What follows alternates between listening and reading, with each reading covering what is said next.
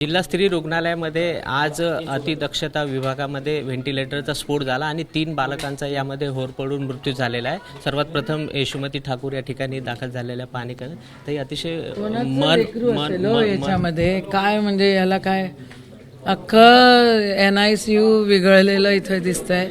अतिशय चुकीचे आणि धक्कादायक गोष्ट आहे।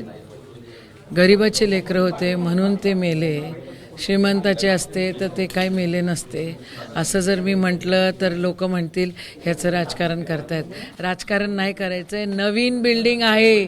मी पालकमंत्री असताना ही बिल्डिंग बांधल्या गेलेली होती, बांधणं सुरू होती। आता मोठ्या थाटात नुसतं उद्घाटनं करतायत आणि हे कनेक्शन्स कोणी केले, त्या ठिकाणी इन्व्हर्टर सप्लायज कोणी केले, काय झालं, कधी सप्लाय केलेलं होतं, काय डेट होते, ते इन्व्हर्टर निकामी होतं का, मग काय इथं असं कसं ब्लास्ट होतं। इन्व्हर्टर ब्लास्ट होतं म्हणजे काहीतरी टेक्निकल फॉल्ट त्या ठिकाणी राहिला असेल, मग त्याच्याकडे का दुर्लक्ष केलं। बघा एक गोष्ट आवर्जून सांगते, इथं मला असं कळलं की तीन बालकं मृत्युमुखी पडले, 6 त्या परिचारिका जे होते त्यांनी वाचवले आणि जे जखमी झालेले ते सुरक्षित ठिकाणी हलवलेले आहेत।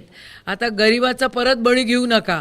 हे जे सप्लायर्स आहेत, जे जबाबदार आहेत त्यांना पकडा आणि इन्फ्रामॅन म्हणताना देवेंद्र दादा, हे इन्फ्रास्ट्रक्चर नुसतं बिल्डिंगा उभारण्यात मतलब नाही, खऱ्या अर्थानं काळजी घेतली पाहिजे।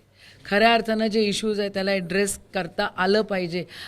तुम्ही लोक सत्तेत आहात तर मग करा ना, केवढा स्कोप असतो काम करायला सत्तेत बसल्यावर, मग का अशा घटना घडत आहेत।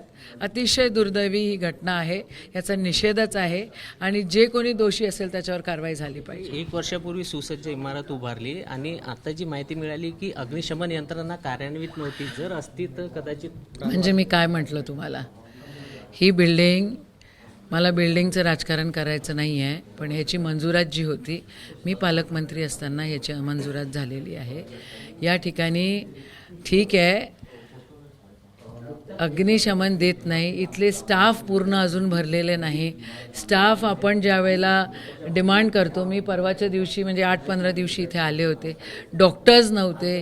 एक महिला प्रसूतीच्या वेळेला त्या ठिकाणी तिची दुर्दैवी अवस्था तिथे झालेली होती, तिला वेळेवर दुसरीकडे शिफ्ट करावं लागलं आणि इथे नवीन NICUमध्ये जर असं होत असेल तर मग याला ज्याची जबाबदारी कोणी तर घेतली पाहिजे आणि जबाबदारी सत्तेत जे आहे त्यांचीच आहे, डिपार्टमेंटची आहेत। एवढं मोठं इन्फ्रास्ट्रक्चर डेव्हलप झाल्यावर इथे तुम्ही साधी अग्निशमनची गाडी देत नाही किंवा इथे उभी नसते, याला काय अर्थ आहे का। इथं आग विझवण्याची जी यंत्रणा लावायला पाहिजे ती का नाही लावण्यात आली असंही म्हणायला लागेल ना। त्या यशोमती ठाकूर जे या रुग्णालयामध्ये जे आग लागली त्याची पाहणी करण्यासाठी आलेले कॅमेरामॅन अमोल देशमुखसह प्रणय निर्माण, ABP माझा, अमरावती।